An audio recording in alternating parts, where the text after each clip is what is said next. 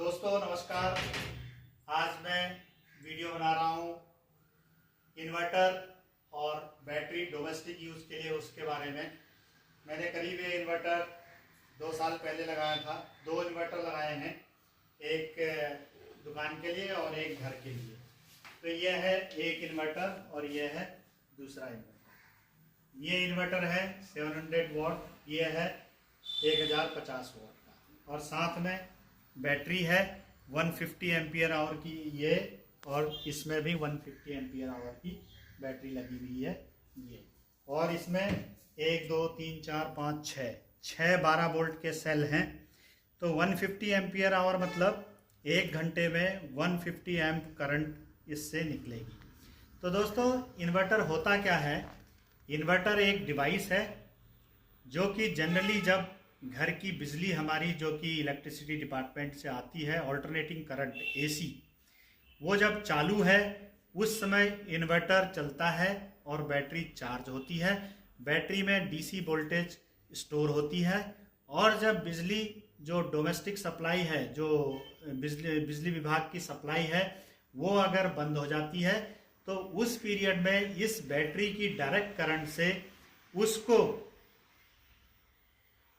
Invert करके उस DC से एसी बना के घर की सप्लाई, बिजली, पंखा, लाइट ये चालू किए जाते हैं। ये होता है इन्वर्टर का पर्पस। अब सबसे पहली बात ये आती है कि इन्वर्टर में कौन सा लूँ, किस कैपेसिटी का लूँ, कितने एम्पियर आवर की बैटरी लूँ। जनरली ये सवाल होता है, ये सबसे बड़ा फैक्टर होता है डिसाइड करने के लिए कि कितने वाट का इन्वर्टर लेना है, कितने एम्पियर आवर की बैटरी लेनी है। तो ये डिपेंड करता है। जनरली 2 ट्यूबलाइट, एक पंखा जनरली अगर हम यूज़ कर रहे हैं तो 2 ट्यूबलाइट करीब 25-30 वाट की एक ट्यूबलाइट तो 50 वाट हो गया, और एक पंखा करीब 60 से बहुत 100 वाट, और एसोसिएटेड अगर इक्विपमेंट तो नॉर्मल एक घर के लिए 2 रूम सेट के लिए जनरली 100 से 200 वाट की रिक्वायरमेंट बहुत होती है। ठीक है, और तो उसी हिसाब से कितने एम्पियर आवर की बैटरी हमको लेनी है वो डिसाइड करना होता है। लेकिन मेरे घर में 4 फ्लोर का घर है, तो मेरे को जनरली 700 वाट का मैंने कॉमर्शियल दुकान के लिए वाले फ्लोर के लिए, ग्राउंड फ्लोर के लिए लिया है, और 1050 वाट का ये डोमेस्टिक बाकी 3 फ्लोर के लिए लिया है, क्योंकि इसमें कई लाइटें, पंखे वगैरह वगैरह, करीब 500 वाट की रिक्वायरमेंट इसमें हो जाती है, और करीब 400 वाट की रिक्वायरमेंट ये दुकान वाले में हो जाती है। तो जनरली मैंने इसलिए जो है ये 1000 वाट की ये लिया है, ये 1050 वाट, और 700 वाट का ये लिया है। तो कम से कम अगर 50% भी बैटरी मेरी काम करेगी तो कम से कम मैक्सिमम 500 वाट ये चलेगा, अगर करीब 4 से 5 से 6-7 घंटे तक भी अगर बिजली नहीं आती है तो इसलिए 3 से 4 घंटे या 5 घंटे तक 50% कैपेसिटी आपकी बैटरी की, इन्वर्टर की जो है कंज्यूम होनी चाहिए। फुली ड्रेन नहीं होना चाहिए, नहीं तो बैटरी की लाइफ जो है डिस्टर्ब हो जाएगी। तो इसलिए कैपेसिटी आप अपनी रिक्वायरमेंट के हिसाब से डिसाइड कर लें, और कितने घंटे का बैकअप मेरे को चाहिए उस हिसाब से बैटरी का एम्पियर आवर रेटिंग होना चाहिए। वो लगभग 500 वाट के लिए लगभग 150 एम्पियर आवर रहेगा, और उससे कम के लिए 300 वाट के लिए लगभग 100 भी चला जाएगा। ये एक थंब रूल है, बहुत ही प्रिसाइज कैलकुलेशन के लिए इसका फॉर्मूला होता है। वो मैं अभी डिस्कस मेरे को याद भी नहीं है, इनफैक्ट सर्च करके डालना पड़ेगा। और जनरल आइडिया यही है जो मैंने बताया आपको कि आप देख लेंगे कितना ट्यूबलाइट और पंखे की वाट रेटिंग के हिसाब से पूरे घर के लिए कितने वाट का चाहिए होता है। एक बहुत ही इम्पोर्टेंट बात, जब मैंने ये इन्वर्टर लगवाया था तो मैकेनिक मेरा जो था वो लगभग लोकल ही था, कंपनी का नहीं था। अब हुआ क्या, उसने कनेक्शन तो लगाया, लेकिन उसने क्या किया कि बैटरी नहीं आई थी, एक्साइड की है, 48 मंथ की वारंटी है। अब होता क्या है, जो ज़्यादा अच्छे टेक्नीशियन या जानकार बहुत ही नहीं होते हैं, उसने क्या किया, उसने बोला नई बैटरी थी, उसने बोला इसमें जो है पानी डालने की ज़रूरत है जी, पानी नहीं है इसमें, नई बैटरी में जबकि पानी डालने की ज़रूरत नहीं होती है। और उसने क्या किया, इन सेल्स को, सारे दोनों बैटरियों में इन सेल्स को, सभी सेलों को फुल टॉप अप कर दिया डिस्टिल वाटर से। जो कि नहीं करना चाहिए था। और फिर क्या हुआ, जब चार्जिंग शुरू हुई, आयनोजाइजेशन प्रोसेस शुरू हुआ, क्योंकि बैटरी में क्या होता है, एक्चुअली एसिड होता है और दो पॉजिटिव और निगेटिव प्लेट्स होती हैं।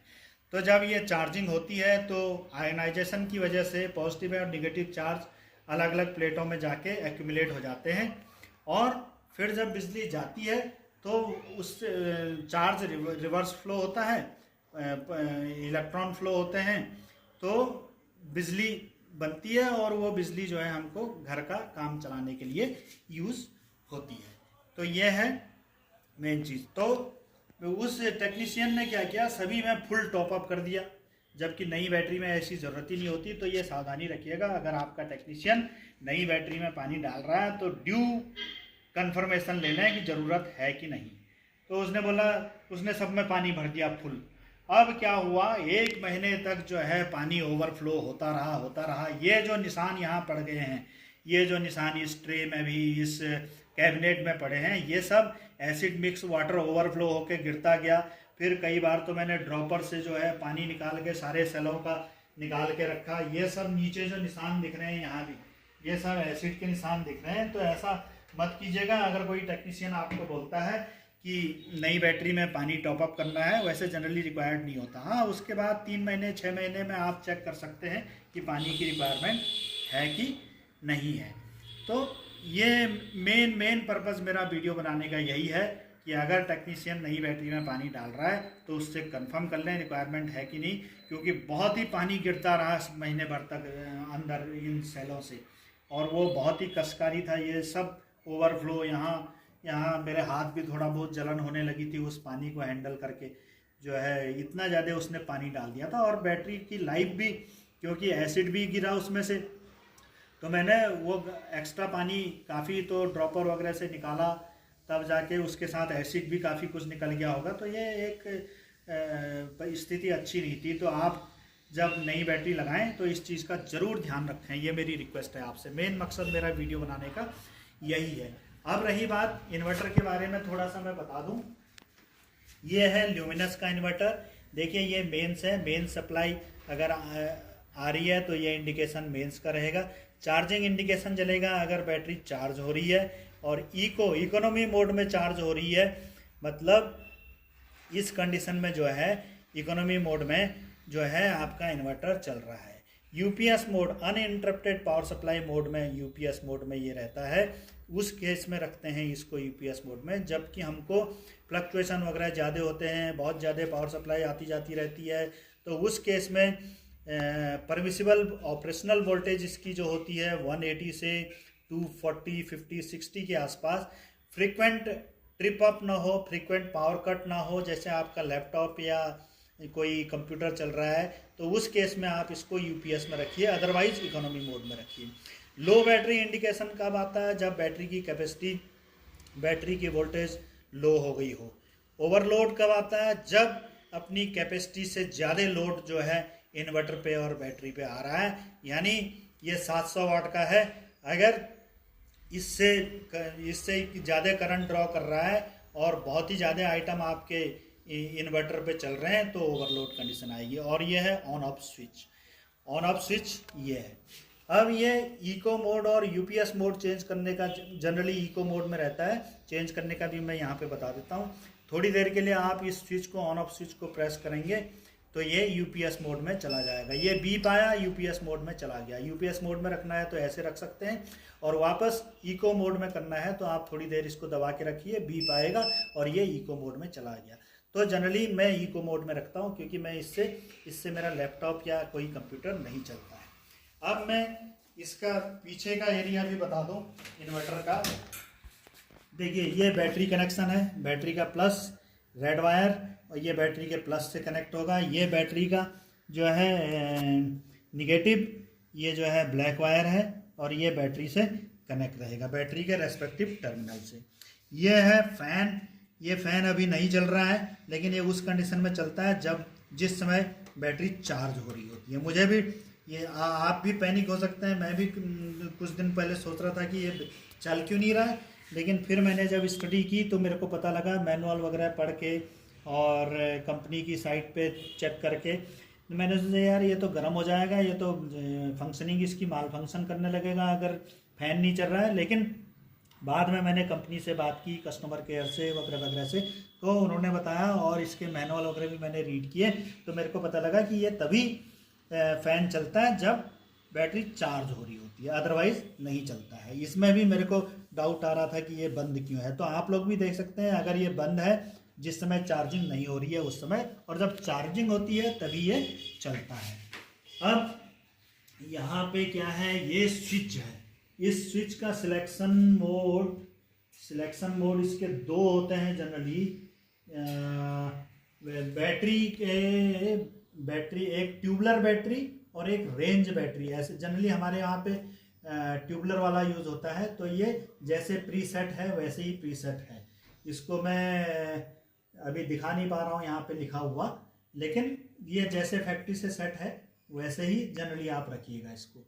और ये है, ये आपका टेक्नीशियन जो वायरिंग करेगा वो लगा देगा।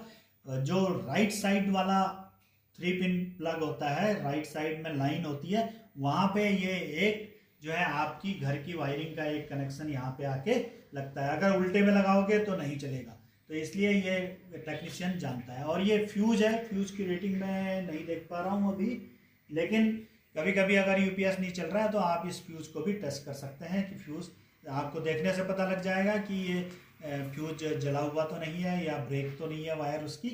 आप देख सकते हैं, अगर इन्वर्टर नहीं चल रहा है तो ये इसको खोल सकते हैं। ये एरो डायरेक्शन लगी है, एंटी क्लॉकवाइज खोलिए और आप इसकी कंडीशन देखिए। ठीक है तो ठीक है, नहीं तो आप जनरली घर में भी इसको खोल के देख सकते हैं। और ये आपका मेन वायर जो कि इस इन्वर्टर को जो है घर की एसी सप्लाई से कनेक्ट करता है। तो ये इसका रियर व्यू हो गया और ये फ्रंट व्यू भी कवर हो गया। अब मैं एक चीज़ बताता हूँ कि इसमें अंदर बैटरी में एक प्रोसीजर में थोड़ा सा बताना चाहता हूँ अभी कि इसमें वाटर टॉपअप कैसे करना है। देखिए ये लग है इसका पॉजिटिव वाला रेड वाला और ये है ब्लैक वाला। तो और इसमें कभी कभी आप ग्रीस लगा के रख सकते हैं, क्योंकि नहीं तो इसमें जंक लग जाता है और इसकी कनेक्टिविटी में प्रॉब्लम आ सकती है। हालांकि बहुत दिनों से मैंने भी नहीं लगाया है, जब शुरुआत में लगा था तभी लगा था। और वो जो पानी वानी गिरा ना, मैंने बोला कि सारे को टॉपअप कर दिया था नई बैटरी में टेक्नीशियन ने, और फिर ओवरफ्लो होने लगा। ये सब निशान वगैरह वगैरह ये सब उसी वजह से हुए हैं, नहीं तो ऐसा कंडीशन अभी तक इसका होता नहीं। ये जितना ये पानी ओवरफ्लो ये सब, ये एसिड की वजह से इधर जल वल भी गया है, ये भी कमज़ोर हो गया होगा थोड़ा। तो ऐसा आप बिल्कुल मत करने देना टेक्नीशियन को। अगर कम जानकार टेक्नीशियन होगा तो ऐसा नई बैटरी में वाटर टॉपअप के लिए मत बोलिएगा, नहीं तो पानी ओवरफ्लो होते रहा मेरा महीने भर तक, यहाँ गिरते रहा सब। फिर मैंने किसी तरीके से उसको ड्रॉपर से निकाला, तब जाके थोड़ा कंट्रोल हुआ। पानी तभी टॉपअप करना है जब ज़रूरत है। और यहाँ पे आप ग्रीस लगा सकते हैं इन टर्मिनलों पे, लग्स पे, और ये फॉर्मली कनेक्ट होने चाहिए। मेरे इसमें भी ग्रीस नहीं लगा है, मेरे को भी इसको रस निकाल के एमरी पेपर से कर सकते हैं, लेकिन ध्यान रखना है पॉजिटिव निगेटिव कहीं शॉर्ट ना हो, इस चीज़ का बहुत ही ध्यान रखना चाहिए। तो मैं भी इसको किसी दिन करूँगा सर्विसिंग, और यहाँ पे एमरी पेपर लगा के मैं ग्रीस लगा दूंगा, ताकि यहाँ इस तरीके का जंक न लगे इन टर्मिनल्स पे, जो कि कनेक्टिविटी में इश्यू कर सकता है। और सेफ्टी के लिए ये कैप आप लगा सकते हैं यहाँ पे। अभी मुख्य मुद्दा मेरा जो वीडियो बनाने का था दोस्तों, वो ये था कि पानी कैसे और कब चेंज करना है। बैटरी में जनरली बैटरी का प्रिंसिपल क्या है कि 2 प्लेटें हैं पॉजिटिव निगेटिव और इलेक्ट्रोलाइट है, और जब चार्ज होता है आयोनाइजेशन होता है, और जो है पॉजिटिव चार्ज पॉजिटिव की तरफ, निगेटिव की तरफ जो है जमा हो जाता है। ठीक है, इलेक्ट्रोलिसिस की, इलेक्ट्रोलाइटिक फंक्शन की वजह से, इलेक्ट्रोप्लेटिंग बोलते हैं उसको। इनफैक्ट इलेक्ट्रोप्लेटिंग भी नहीं, टर्म मैं सही से रिकलेक्ट नहीं कर पा रहा हूँ अभी, मे बी इसको मैं याद करके या तो बाद में बता दूँगा। देन इस प्रिंसिपल पे काम करता है। और जब बिजली चली जाती है तो वो रिवर्स फ्लो करता है, इलेक्ट्रॉन जो है पॉजिटिव की तरफ जाते हैं, और जो है तो करंट फ्लो होती है और हमको बिजली मिलती है। अब मुद्दा आता है कि इलेक्ट्रोलाइट जो है बैटरी में फुल होना चाहिए। ये जो है इसमें एसिड है और एसिड सही उसका कंसंट्रेशन होता है जैसा फैक्ट्री सेट है। और कभी कभी अगर इसमें लगता है कि वाटर कम है, ड्राई नहीं होनी चाहिए, नहीं तो ड्राई होने से इस तरीके का जंप जो है अंदर बैटरीज, इंडिविजुअल बैटरीज पे भी लग जाएगा। तो दोस्तों बैटरी जो है ड्राई नहीं होनी चाहिए।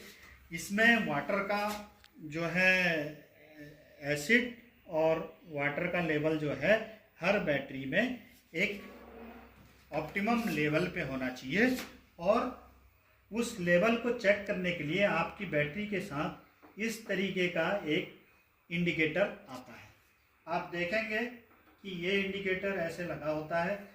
बैटरी का नॉर्मल ढक्कन ये है, वेंट जो है, और इसमें इस तरीके का डिवाइस आपको बैटरी के साथ मिलेगा। ये अब देखिए यहाँ पे एक मार्किंग है, ये रेड मार्क।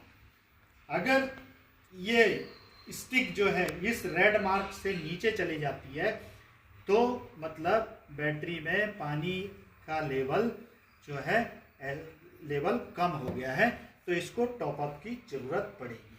हालांकि अभी मेरा वाला दिखा रहा है कि ऊपर है काफ़ी, इतनी ज़रूरत नहीं है।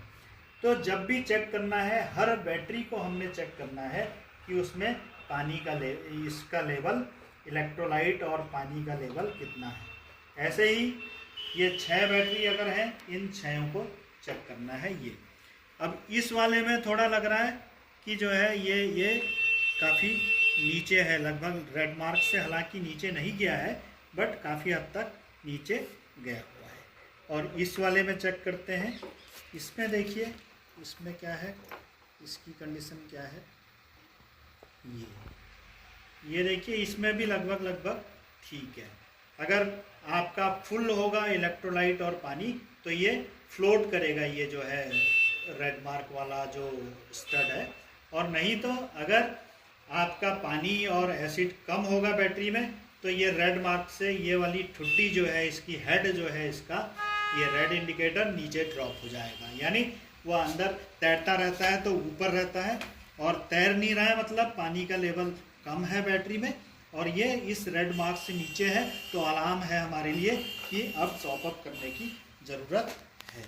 ऐसे ही ये है, ये है, ये वाले में देख लेते हैं। जब भी देखना है सारी बैटरीज को चेक करना है, ये नहीं कि एक में देखा, क्योंकि ये इंटरनली कनेक्टेड इस केस में नहीं है। किसी में इंटरनली कनेक्टेड भी रहते हैं तो उसमें एक ही को देखने से पता चल जाता है, लेकिन आज इस बैटरी में ये सारे इंडिपेंडेंट बैटरी हैं, इसलिए हर किसी का अलग अलग से चेक करना है। इसका भी सेंटर में है, ज़्यादा पानी डालने की ज़रूरत नहीं है। और यहाँ पे हम देख लेते हैं इसकी क्या कंडीशन है।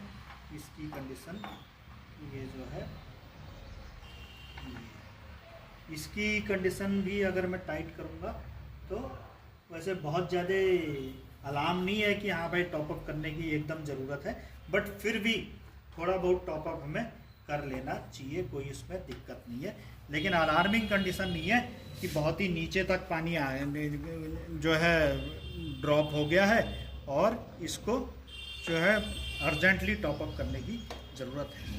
तो हम करते क्या हैं, इसमें जनरली डिस्टिल्ड वाटर डलता है, और डिस्टिल्ड वाटर ये कई तरीके का आता है। एक तो आपको एक्साइड कंपनी का ही डिस्टिल्ड वाटर मिल जाएगा, लगभग 250-300 रुपया का 2 लीटर या 3 लीटर लगभग, ठीक है। और नॉर्मल आपको लोकल मार्केट में भी डिस्टिल्ड वाटर ये मिल जाएगा, बैटरी वाटर भी बोलते हैं कई जगह इसको। ये 5 लीटर का है, ये करीब 80 रुपये का मिला है मेरे को। तो आप ये रख सकते हैं अपने घर में।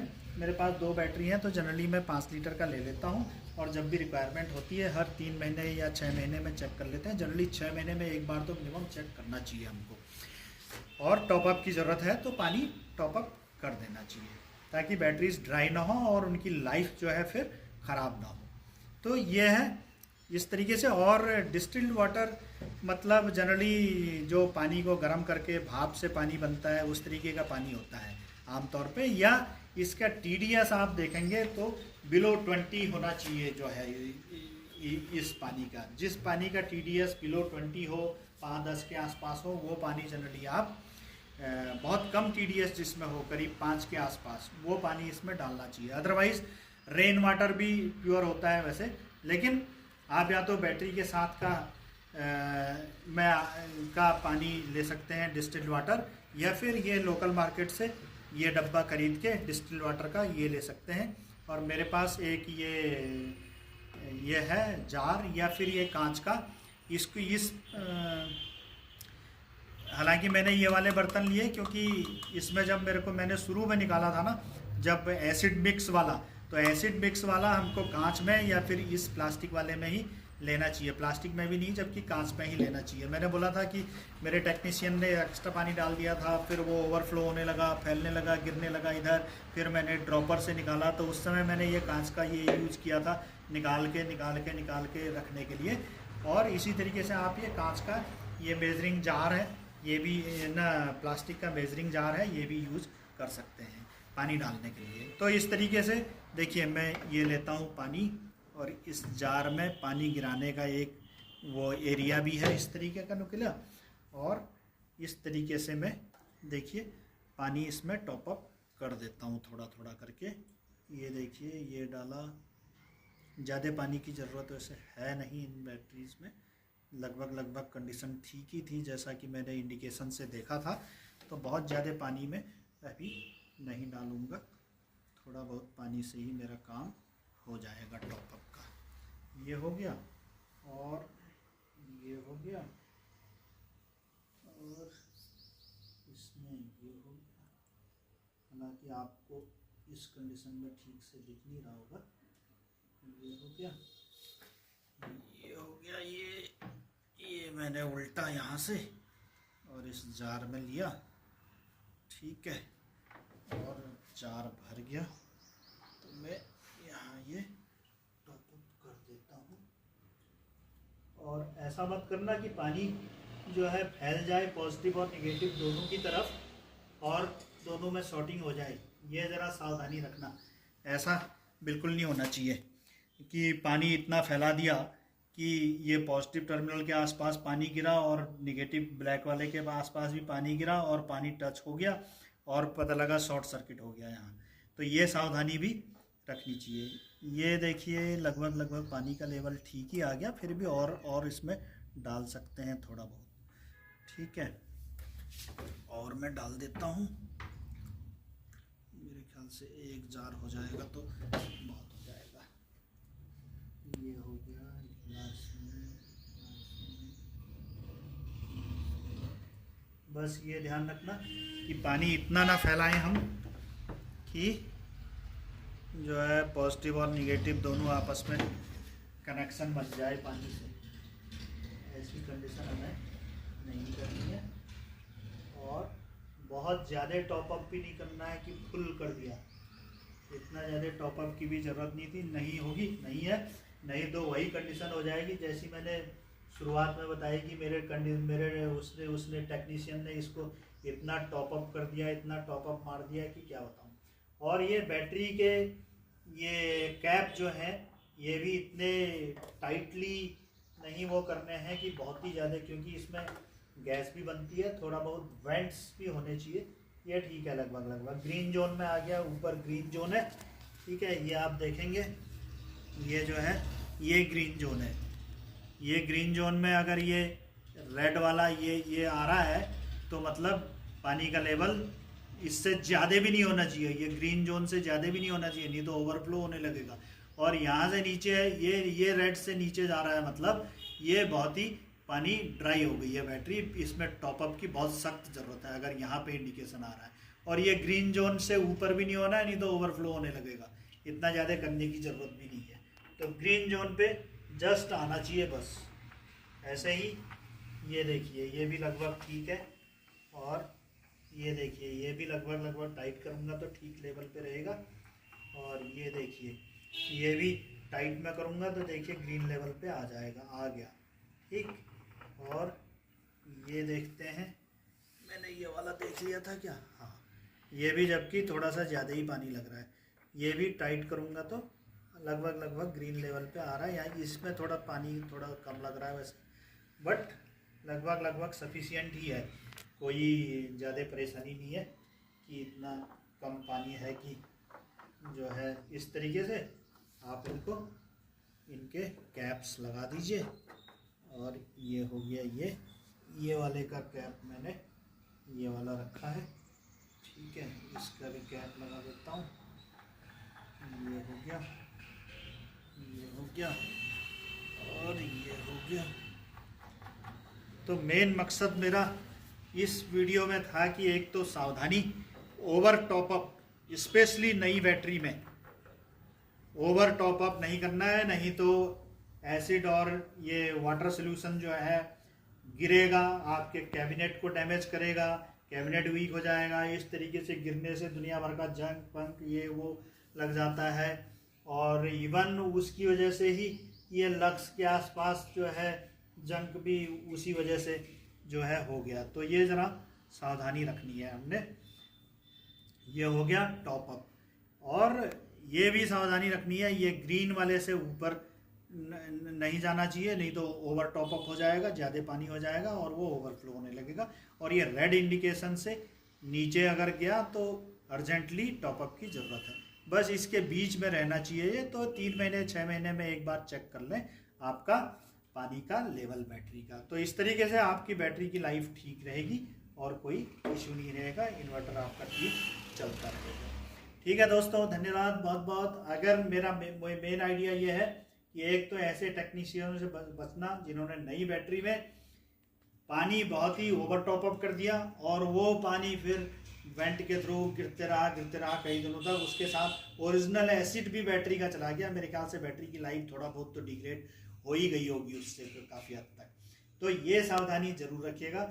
जब रिक्वायर्ड है पानी टॉपअप करना 3 महीने 6 महीने में देखिए, और जितना रिक्वायर्ड है उतना ही टॉपअप कीजिए। ग्रीन लेवल से ऊपर न जाए और रेड से नीचे न जाए, इंडिकेशन इसके बीच में रहे। बस ये सावधानी रखनी है। बैटरी की लाइफ और इन्वर्टर का मेंटेनेंस, बस धूल धाल साफ सफाई थोड़ा बहुत रहे वो बहुत है। और मेरे ख्याल से आज की वीडियो में कवर हो ही गया है जो रिक्वायरमेंट थी। Thank you very much.